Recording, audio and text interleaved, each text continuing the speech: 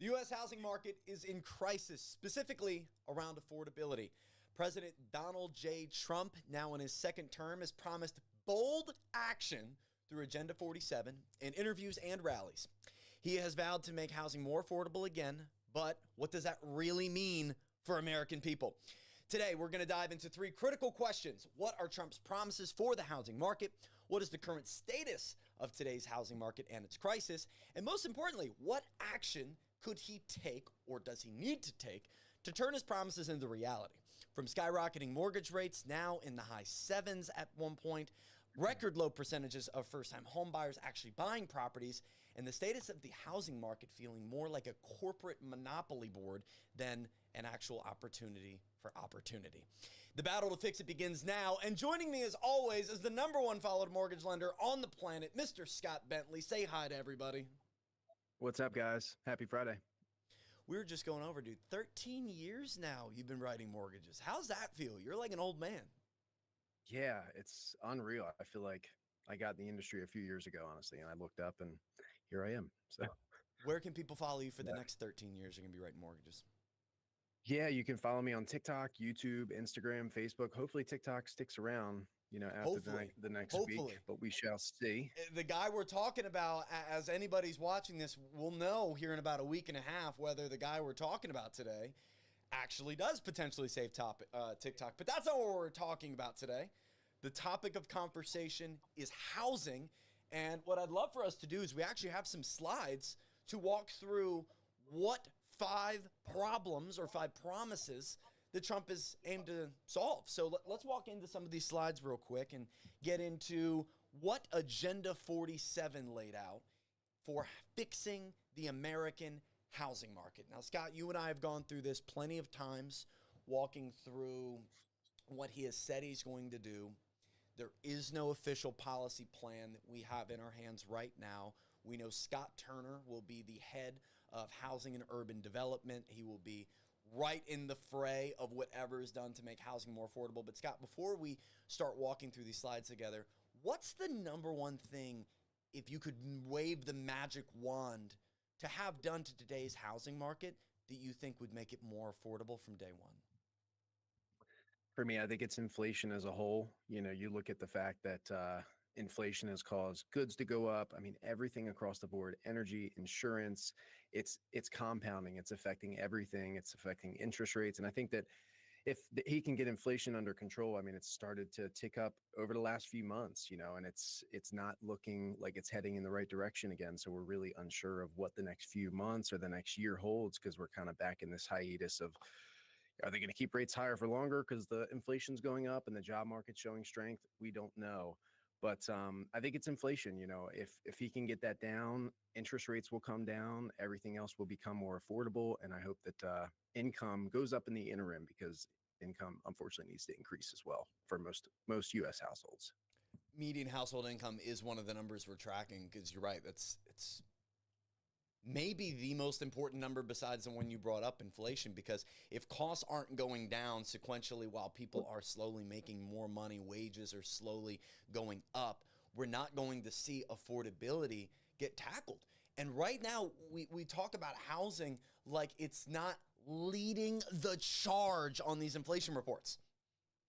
Food, power, clothing, all of it. Shelter is leading the way. It seems like the uncontrolled beast. So what's Trump actually planning to do to solve this? Well, Trump put in Agenda 47, which if you're not familiar, we read it for you. Don't worry. This is his campaign plan, what he said he was going to do. And what he said he was going to do in promise number 3 was make America more affordable again. He mentions housing in this sector, and specifically his promises lay out into 5. He promises more total homes. He promises to lower regulatory costs, promises to remove unaffordability from the housing market, cut mortgage rates, and prepare first-time home buyers. Scott, when we talk about total homes, which we'll walk through what 3 specific factors we're going to track for whether or not he's fixing this problem, but what's been the most dramatic effect you've seen in the housing market from our lack of supply that we've had? Yeah, I mean, the inventory and the competition, there's just not enough homes to support the amount of buyers that are out there. And yes, affordability has stunted the appetite for many home buyers. But when you look at the fact that, housing inventory remains historically low, with many markets seeing inventory levels 40 to 50% lower than the pre-pandemic norm, the number of homes for sale has been dwindling since 2020, largely due to the homeowners holding onto their properties because of the low mortgage rates that they have. They're locked in and they've got a 3 and 4% rate and they don't want to let go of that. So it's fueling a situation where I think when interest rates come down in the next 1 to 2 years, we're going to see a market a lot like what we saw in 2021, where everyone and their brother's trying to buy a home again because it's more affordable and they feel like this is their shot. And there's not enough homes to support it. And everyone's having to offer 20 to 60 grand over list price and waive their inspections and waive their appraisals, which was the reality in 21 when the rates were more affordable and that was the environment. So yeah, that's my take on it. What about you? Well, I think right now with total homes being where they're at, you mentioned something that is one of the two main variables. There's two key problems for total homes. There's not enough people selling. There's the lock-in effect that you just mentioned. People have low mortgage rates and don't want to sell. I have a low mortgage payment. Why would I sell? And then we have the other side of we're not building enough homes. We're frankly just not building enough. And when we look at the total supply today, it's 953,000. I believe the exact number. Yeah, we have it up on the screen, 814. That's the amount of homes we have on the market. We're tracking this number because frankly, we need this to more than double. We need to get this over 2 million to even get started into shifting into a neutral or buyer-friendly market. We hit an all-time low over the last 40 years in 2023, getting this number down into the 600,000s. And this is for the entire country. Scott, I mean, what do we got to do to get people to sell their homes? I think we need mortgage rates to come down. I think, if we can see a 4% rate or a 5% rate, I think there's a lot of people that are sitting on a lot of equity who could stomach that 4 and 5% rate, but 6.5%, 7.5% is a far cry from that. And it translates to a much higher monthly payment. And who wants that? And where are they going to go? The next number we're tracking, where are they going to go, is new construction. Frankly, it's been very common for first-time homebuyers to be able to wiggle their way into the housing market for the very first time by buying a new construction property by a national builder. And it's a very, very common upgrade, relocation, retirement option is new construction. Scott, right now, a big issue that we're tracking is that 50%, we can see right here as we look at these numbers, 50% of the total inventory in America is new construction. But it's only making up 15% of the sales. We've had recent articles stating that new construction homes are now sitting. We have some evidence to state that that's true. But if we want Trump to fix housing, we need more inventory. So we need that 953 number to get closer into the 2 millions.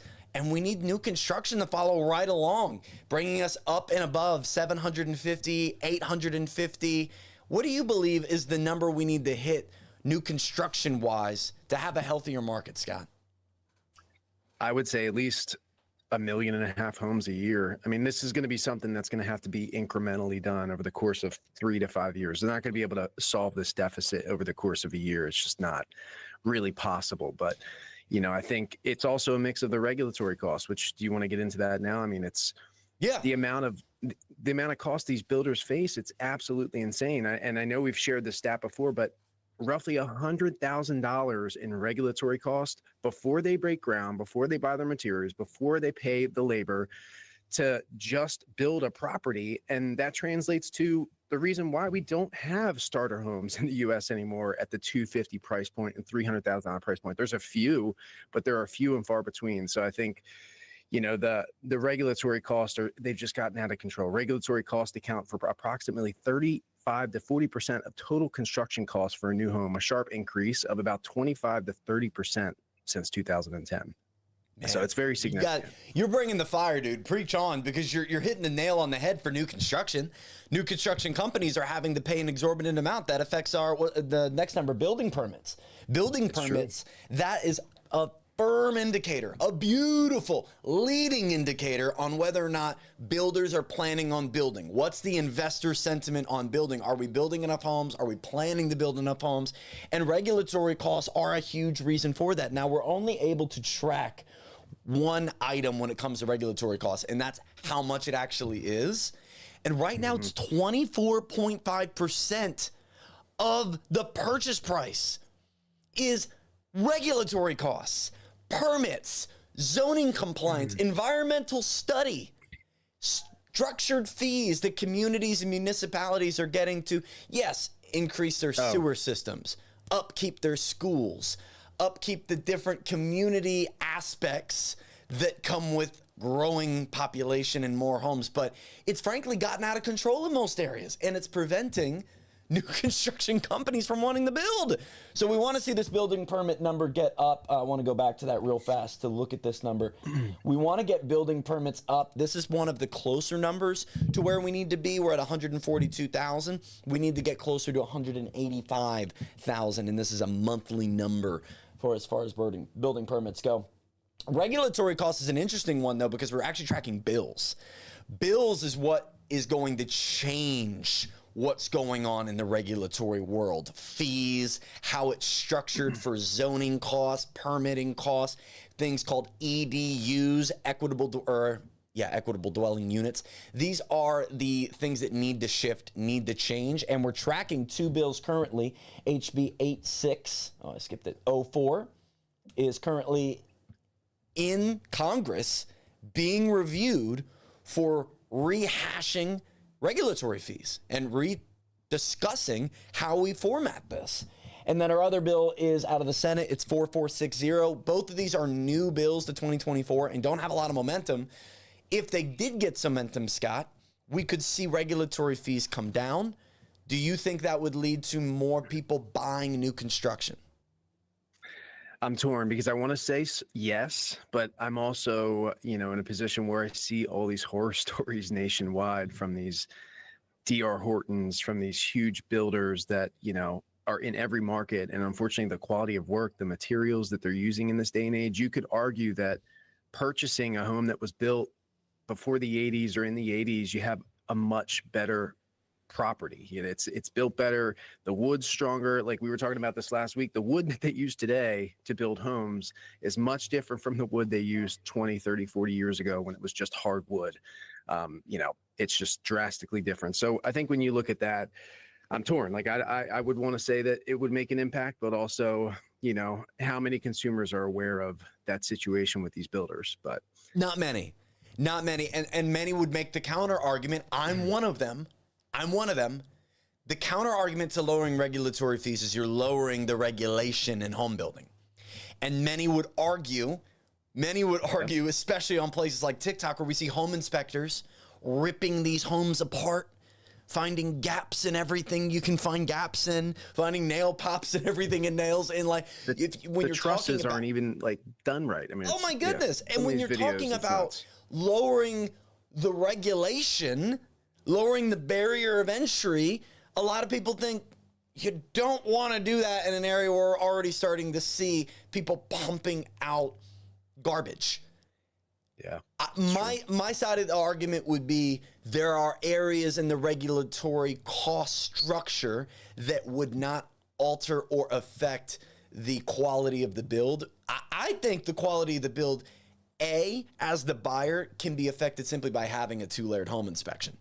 By that builder and that builds crew knowing there's inspectors coming to see that property, they're a little bit more in tune with the details. Third party too, please. Third party. Third party, yes. So walking into unaffordability, there's 3 metrics we're going to track here. We're tracking the 30-year mortgage rate. We want to make sure, oh wait, did I skip it?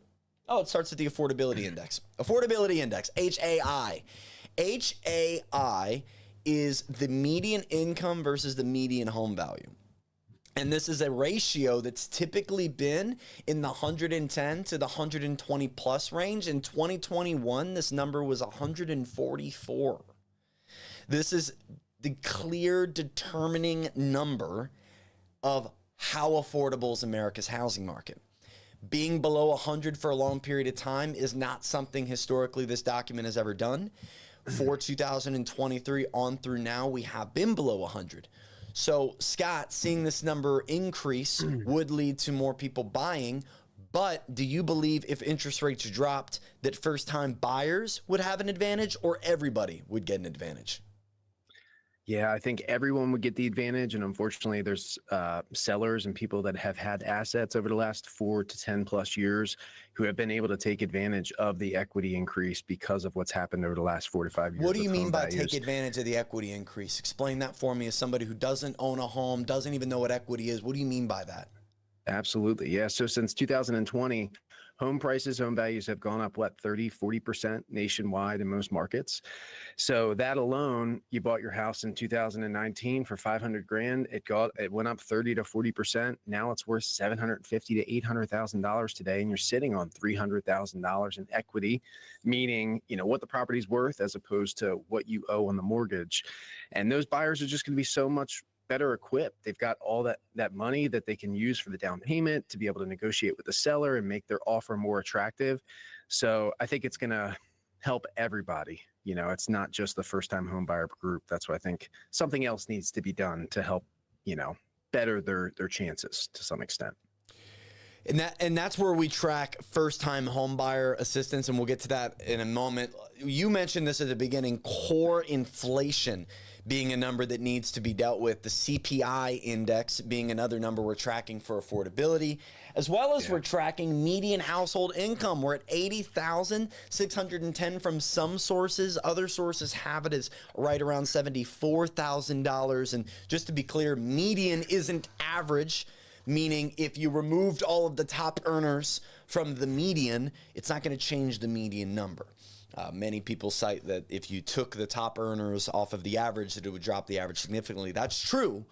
Median, though, we're anywhere between 74 and 80. Is that enough, Scott, in this day and age? I don't think it's enough.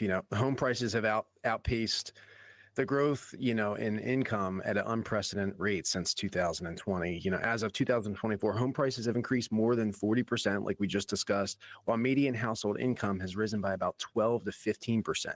And this gap has only gotten worse, as interest rates have gone up, as home prices have gone up. So, I think that it's twofold. The inflation needs to be handled, but income also needs to come up a little bit because the gap has gotten just so far. The gap. What do you mean by gap? The gap between, what the median household is making and what it takes to make it in the United States, to have the American dream, to buy the property, to have the picket fence, to have kids in childcare, to have a car, to have a cell phone. We look at this as, basic things, but this is the American dream. And to your point, and you've been ranting about this and yelling it from the rooftops, it's not what it was in the 80s. What is it? What's the stat? It was $7,800 a month is the average that it takes now to get started in America. Give me one, I know you've got second, that stat. Sean, can you switch us off the slides real quick? If you look at the numbers for getting into a property, I'm happy you brought that up because I think that's a very pertinent stat. If you look at getting started in America, which I defined as having a house, a median mortgage, you got two kids, 2 used cars, getting off the lot used car wise this day and age, you're not getting off for less than $450. Gas and insurance for the car, about a student loan, power, food, phone, health insurance. If you were paying all that in 1989, you were paying $2,291 a month. If you were paying all that in, go back to 1981, it was $2,171 per month. 1998, $2,636. But if you look all the way up at now 2024, that number is $7,368. And I've had people in the comment section on those videos, Scott, say, well, adjust for inflation. You don't adjust for inflation when you're comparing that year's expenses with that year's income. Those years' income, you were making significantly more than what it cost to get started. 1982, 1983, 1984, all the way up until late to early 2022 into 2023, that number stays true. Where the median home is making more than the median cost to get started. And now that number is not even, Scott, as you alluded to. The number is now $13,000 over getting started. It's now $88,000 a year. If you want to have 2 young kids in childcare, 2 used cars getting gas and insurance, if you want to pay power, food, phone, health insurance, normal things to get by in America, it's now more expensive than ever. And Scott, the American dream, home ownership and the white picket fence and 1.5 kids is right at the center of it, but yet it's the most expensive item on the entire inflation report. What do people do? It's tough. I mean, you have a lot of families that are deciding to live together, to do like a family compound. Shout I know that my wife out. and I love that. Yeah. I think that's too. cool too, but there's something to say about that. There's a lot of families that are doing that right now because of the affordability and what's happened over the last few years.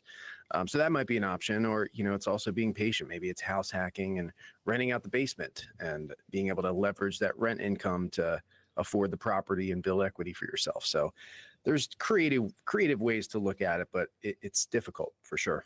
And the way that you're referencing is called house hacking. I love house hacking.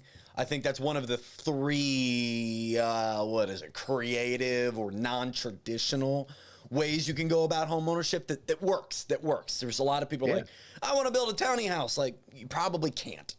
You probably can't. It's going to end up probably being more expensive than if you just got a normal mortgage. Way more expensive. So let's walk back into the slides real quick. Let's get into the average 30-year mortgage. This is what most people want to see go down, Scott. This is what most people want to see go down. The average 30-year mortgage rate as of today is 7% or higher across the country. 7.1 being the exact number. Scott, what is it going to take for this number to finally come down and stay down?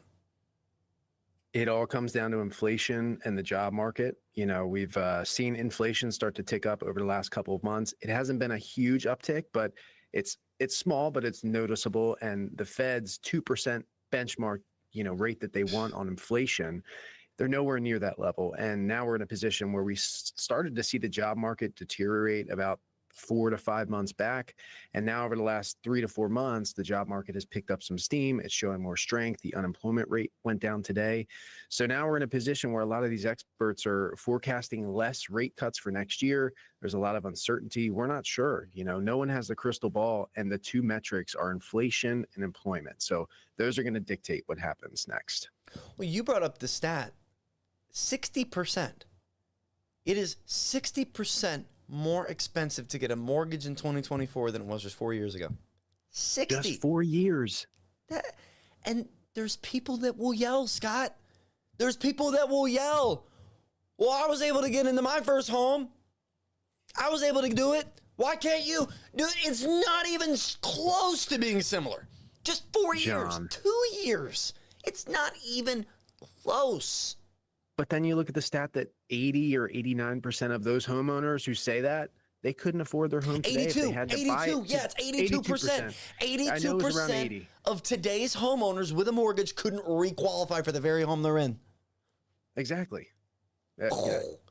That should tell you right there how things have shifted under our feet. And many people who are like, oh, I have 4 kids and we're doing just fine. They're 8, 9, 13, and 87. No, we're talking about young kid child care is now more than the median. It's now more than the median mortgage was in 2020. It's true. Isn't that wild? Getting your child cared for in a place that's you're not worrying about their safety or brain rot infusing into their skulls is going to cost you more than the median mortgage, median shelter. How wild is that? It's insane. Yeah, I talked to friends who are paying $4 to $5 grand a month for childcare, and they're like, I could have $1 million beach home for that, and it's true. But yeah, it's nuts. What's the advice to a person that's watching this that has 2 young kids that wants a mortgage? Is it wait until they're out of childcare? Yeah, I mean, there's a lot of people that I speak with who, childcare is not something we look at when it comes to a mortgage and debts and your debt load and debt to income ratio, unless it's a VA loan that's kind of specific to VA. But, I've talked to people that, they qualify for $1 million purchase, and then we sit down and they're like, well, Scott, we're paying $4,700 a month in childcare for our 3 kids.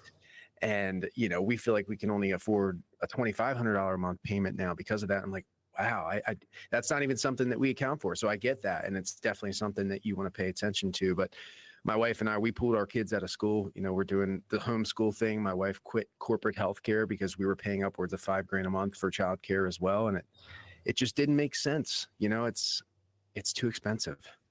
Do you see more people moving into the homeschool route to avoid?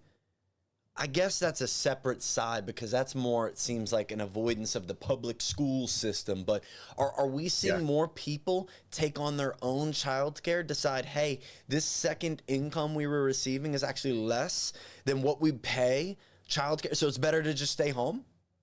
Yeah, we're seeing a lot of that. And, we also saw that Trump has some incentives that he's looking to put in place for homeschool, parents, where you get up to $10,000 in a deduction, on taxes per homeschool kid. So that's pretty cool. But I think it's becoming more popular for sure.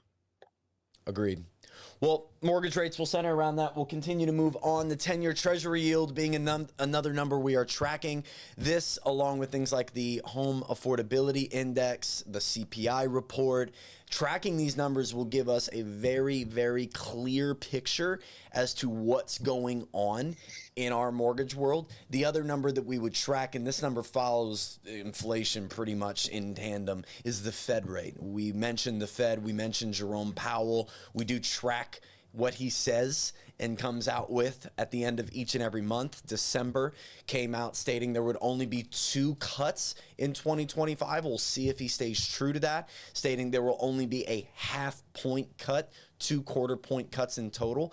And that was less than what many people wanted, many investors specifically wanted, and that actually led to a quick correction in a lot of the futures, stock market, even the 10-year Treasury yield, which we just looked at. So we'll monitor the Fed rate and ensure that we're continuing to keep track of what's going on there because it does affect mortgage rates. Move on to first-time buyers. This is where my brain's at right now. It's been a hell of a year and a half for the first-time buyer. 2 years, really. And permission to jump on my soapbox real quick, Sean. We can switch off of the slides real fast. The issue for me, Scott, is the catch-22. It's the catch-22 of if we lower mortgage rates to make mortgage payments more affordable, if we lower home prices to make housing more affordable, if we lower anything to make it more affordable to buy, we're in a country that the first-time buyer, someone who does not own real estate, does not have their first property yet, is at no advantage over somebody who owns a property already and saw that great equity increase that happened from 2020 to now. There are people that have multiple properties that have been investing, renting, and growing that nest egg that are going to get to take advantage of those low rates when and if they come. I've been a huge proponent to where there has to be something that alters the demand or buyer power of the first-time buyer. What do you think can be done to give the first-time home buyer any advantage over these next 4 years that Trump is in office? There's a couple things. I think you look at the program that RFK was proposing where first-time home buyers get a reduced interest rate on their mortgage. That should 1,000% be a thing. Like if you're buying a home for shelter, that's a basic necessity for life, you should get an advantage. Like you should have an upper hand as opposed to an investor or somebody that just wants a beach home. They're not living there full-time. As somebody who's looking at it as their primary residence versus purpose of profit. Primary residence versus purpose of profit.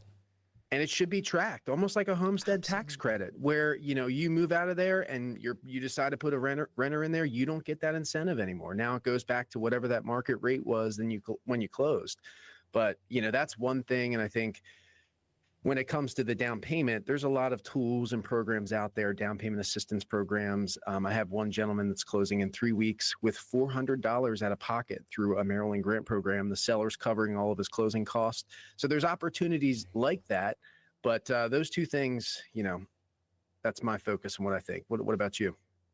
I love the RFK side, and to be specific, that was a 3% mortgage program backed by bonds that investors are able to invest in and get a yield from.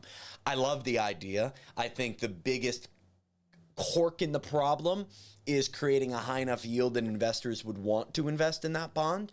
So I think Right. maybe it's a 4%, 4.5% world. I don't know. I don't have the numbers in front of me. I think the other side of it too is creating supply would be the easiest way to quell the affordability issue. Deflation or prices going down more than likely isn't going to happen. And interest rates getting down to 2, 3, even the low fours probably isn't going to happen. But what could happen is some incentivization around building. I know Trump wants to build in federal lands as well as things called freedom cities. There's been no information on that since he talked about it initially, and I'd love to get some details on where he wants to build, how much he wants to build, how much land's going to get utilized, what's that land currently getting utilized for? Are these freedom cities going to get new names? Are they going to get named after the city they're in? Like, what are we talking about here? And we're going to track that, of course, but there's only so much we can track when we don't even know what race we're setting up for. Are we really going to go out and build new cities to build up the demand? And do you think that supply could be fixed by creating new cities, Scott? Yeah, I think that it could, but it's going to be a long-term thing. Yeah, it's pretty long-term. If there were a long-term plan, that's a pretty long-term one. Yeah, pretty long-term. I mean, I think that you and I talk about it all the time. What do we have? 4 to 5 million homes in a shortage, and that may be on the low end. It might be much higher than that. We're not what number really sure, did you say? I'm sorry, I missed that. 4 to 5 million. Yeah, in a shortage nationwide, I think that right around that. I think level. that's the spot on number. I think there's the 2 million number. I think is very low. You hear that tossed around. We need 2 million homes. I think we need 2 million homes now, and they're going to get eaten up, and then we're going to need another 2 million homes. Yeah, and there's just no way for them to keep up with the demand. This is going to be an incremental thing. Like they need to build 1.5 million a year in extra homes, and then over the next 5-6 years they'll solve the deficit. But then you also have that gap furthering in between where you have more first-time home buyers, Gen Z, who want to purchase their first home. I bought my first home when I was 23. Now the average first-time home buyer age is 38. There's millions of the Gen Z demographic who want to buy homes but can't. So, and can we be very clear? Millions in the Gen Z demographic. I'm gonna stand up for each and every one of them right now that are spending money properly, that have looked into financial literacy outside of their high school, that have taken a pride around how their dollar goes and flows, and they're just looking up at what seems like what used to be a ladder to climb is now a mountain to climb. It's not the same. Just 5 years ago, it took you 3 years of saving at your normal job to get a mortgage, to save up for the down payment needed, get the closing costs. You know what that number is now? It's 8 years. 8 years. And I don't even know where that math's being done, because anywhere I look at the math, it looks like the Gen Z, the average getting started, right out of college, leave out of the family's house, they're at a deficit. A significant deficit.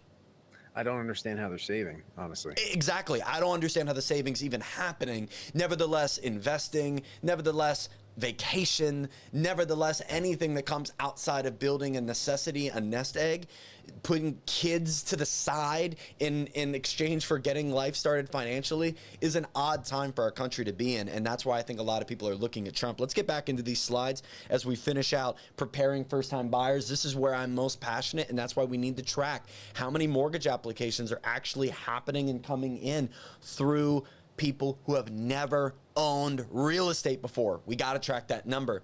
We also got to track NAR's affordability index. Scott, there's a specific affordability index, and I wish I could bring it up on here. I can get it pulled up in front of me. I want to get the exact number.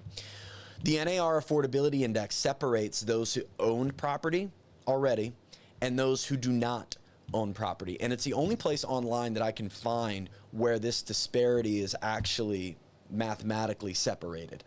And the first-time homebuyer index in 2021 was 97.6. The second-time buyer, already owned buyer, was 148. So we're already seeing the disparity between those two opportunities. If you already owned, it's much more affordable to buy another property. If you haven't owned, it's much more expensive. But will that number remain separate is what we want to track. As of right now, the composite index for those that already own property is 99.3. 99.3. For first-time buyers, it's 65.8. 65.8. That is dramatically low. It's only seen a lower number as of mid-2023, which I think many people are going to look back on the history of our housing market as mid-2023 being the absolute coldest it ever got.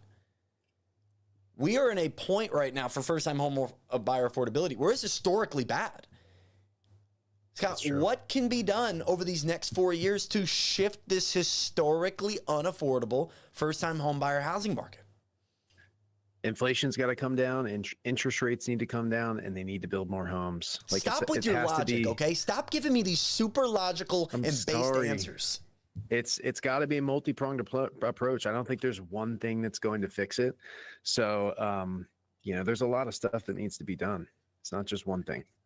So I think if they can get inflation under control, we'll see the interest rates come down. And then, if they can build more homes, it'll put us in a position where maybe we do see some deflation, because we're already seeing new construction sitting for longer. To your point that you mentioned earlier, at what point does that start to back up where there's, a plethora of homes sitting on the market where these builders have to cut prices and sales prices just to move the unit, so. Well, that's where it comes down to, are we going to get any actual policy change as well? And there is a little bit right now shaking out in the Congress. We're tracking one bill. This is House Bill 10025, federal bill, that is planning to create a first-time tax benefit. Boring. I'm not a big fan of it because I think we need to have bigger change. Agenda 47 doesn't lay out a ton more. We can jump off the slides.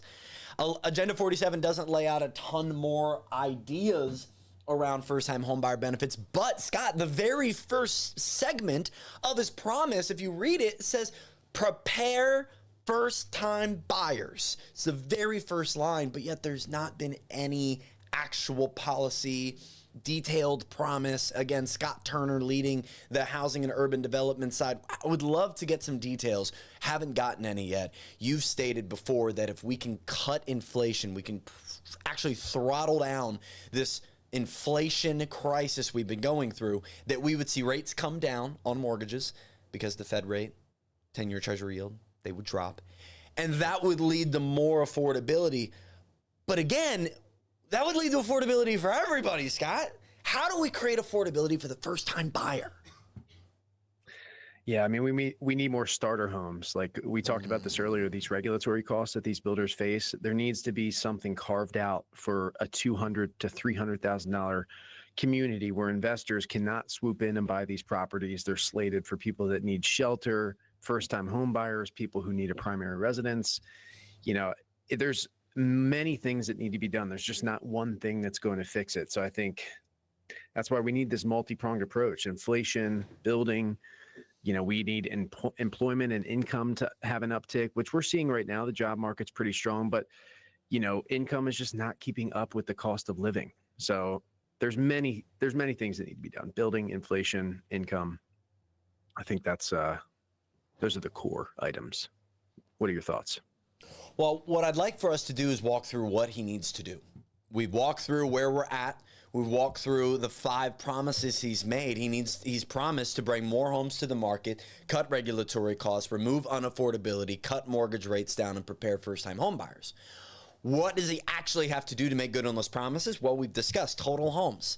Scott, I think your number is right on. We need closer to 4 million, 5 million homes more than what we're currently on pace for. So that's a number we're going to be tracking. Can we get our total sitting homes on the market to well over 2 million? What would you say? I think it's possible. Yeah, I think it's just going to take some time. I don't think it's going to happen this year. There's things that need to be pushed through, bills that need to be made. Like, it's not going to be something that happens quickly. So I think hopefully by the end of his administration, there's enough things that are put in place where over the next 5 to 8 years, we will see this deficit, come to a close. But well, and anytime we look at the history of any bill that gets passed, money that gets printed, anybody in office that makes change, it's a ripple. It's not something that happens right then and there. We can honestly see a lot of the ripples from the drip down of trickle down economics that happen today, and how corporate ownership is a large part of the real estate world today. We could see regulatory costs, which I think personally, if I were to attack one thing at an institutional level, it would be the regulatory costs. If you just cut that back 5-7%, you're opening up the door for new construction who right now are walking into a world where they're going to have homes sitting longer. Pressure to lower prices could be huge. It just blows my mind that 25% of the purchase price that a buyer pays is regulatory costs, close to 25%. I mean, that's insane. Why do they need that? Why is that necessary? We pay property taxes, we pay transfer taxes, we pay government recording fees. Like, you're getting your money. Like, can you cut us a little slack here? It's just the big gumbo. It's a gumbo of fees. You got the local municipalities, cities, school. We need to make our sewer bigger. You got these things called EDUs, permits, environmental study fund, like all of this money, like you said, just to build a home. Fun fact, if you're building a 100-home neighborhood in southern Delaware, if you were building a 100-home neighborhood, it would cost you $700,000 just to get the permits. Just to get the permits, and that's not all the regulatory costs. Okay, unaffordability, we talked about. We're going to be able to monitor that via median income going up, overall home prices going down, or the housing affordability index getting closer to that 120, 130 mark. We're looking at mortgage rates. This guy Scott's staring him down. If you want to follow Scott, he's going to keep up to date the moment opportunity strikes. And Scott, how long do you think we're going to continue to go before maybe that opportunity is a new program? You mean as far as lower interest rates and the market? I mean as far as lower interest rates, a fund, down payment assistance. Like, do you think the administration going into place, though they haven't mentioned anything specific for policy around first-time homebuyer demand and buying power, but what do you feel would be the most powerful, most potent thing that could be done to increase buying power amongst first-time buyers? It's the interest rate. You know, the program that we talked about with RFK, if that can be put in place, that will drastically help. And can you detail that for anyone just now listening? Yeah. So RFK had proposed a program where first-time home buyers, you know, people that are using a property for shelter, they're going to live there, get a 3% mortgage rate, I think it was, where it was drastically less than the going rate in the market, which would give them an advantage when it comes to affordability and actually being able to purchase a property. That alone would solve so many issues. I mean, you look at a 7% interest rate compared to a 3% interest rate, you're talking about thousands of dollars a month in potential interest savings, you know, depending upon the loan amount and where you're at. It is significant. It's so significant. Scott, it may be the number one thing we could do. Let me tell you why. I believe, actually, the more I think about it, that a first-time homebuyer mortgage program would be probably our number one solver for one half of the problem. The one 100%. Half of the problem is we don't have enough buying opportunity for first-time buyers. The second is there's not enough supply. So we need to have the homes built that the first-time home buyers can qualify to buy. That's a big problem. But as you're saying, if we get new construction to build, as we start to get a surplus maybe in that supply, we could start to see some home prices being more stagnant.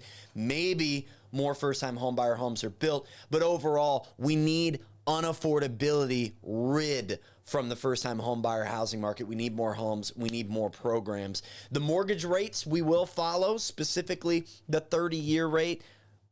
You said your prediction earlier was high 4s, low 5s. You double down on that? I think in the next 18 months, I think we're going to see it come down eventually. That's my hope. But in the next 18 months, we'll see it come down eventually. Man, what a I don't think we're going to see it. That's a risky take right there.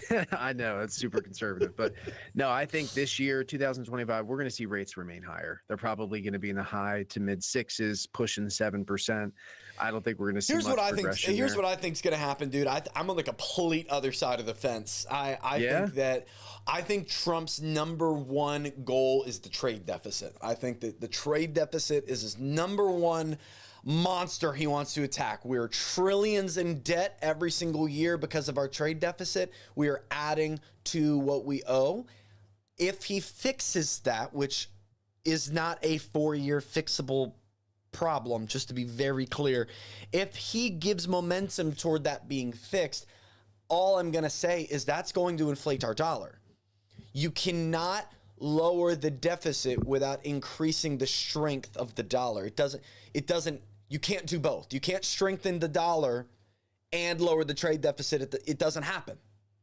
So, and the reason being is because if we're lowering the trade deficit, that essentially means we're weakening the dollar. And if we're weakening the dollar, people want to invest, buy low, sell high.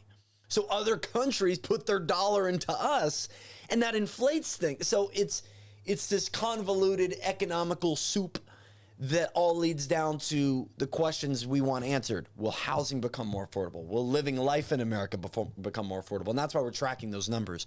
Preparing first-time home buyers, of course, we're tracking bills in Congress. We're also tracking the actual affordability of someone who doesn't own a home versus what they're making in the average day in America. Right now, that number is significantly lower than what it costs to get started in America, unfortunately. So we'll be tracking to make sure those numbers don't continue to go that direction. But anything else you want to add, Scott, if someone's listening in thinking, man, will Trump fix housing? Man, I really hope he does, because we desperately need some help here. It's one of those things where he's mentioned it. It's just a matter of him following through on what he said and his promises. But, he did pretty well in the first term. So I guess we'll see how that plays out and what he follows through on. But there's clearly things that can be done. We're talking about a lot of solutions here. There's things that can happen. It's just a matter of it taking place and him pushing it through. So. Well, somewhere mixed between mass deportation and tariffs and global wars, there's housing. And shelter in America is in a crisis. Affordability is in deep need for assistance from the top down. The question is, over the next 4 years, will it happen? We're tracking 15 key performance indicators here on this channel specifically to see if that happens. Scott is monitoring everything going on in the mortgage and affordability world on all platforms. Where can they follow you, by the way, Scott? At That Mortgage Guy. And I have a new rate video coming out today for you guys on the employment data that just came out today. It's super important. Follow the rates and see where it goes. If you found this information helpful, hit subscribe, hit like. I've heard from the big guys over there at the top of YouTube that it helps the algorithm or something like that.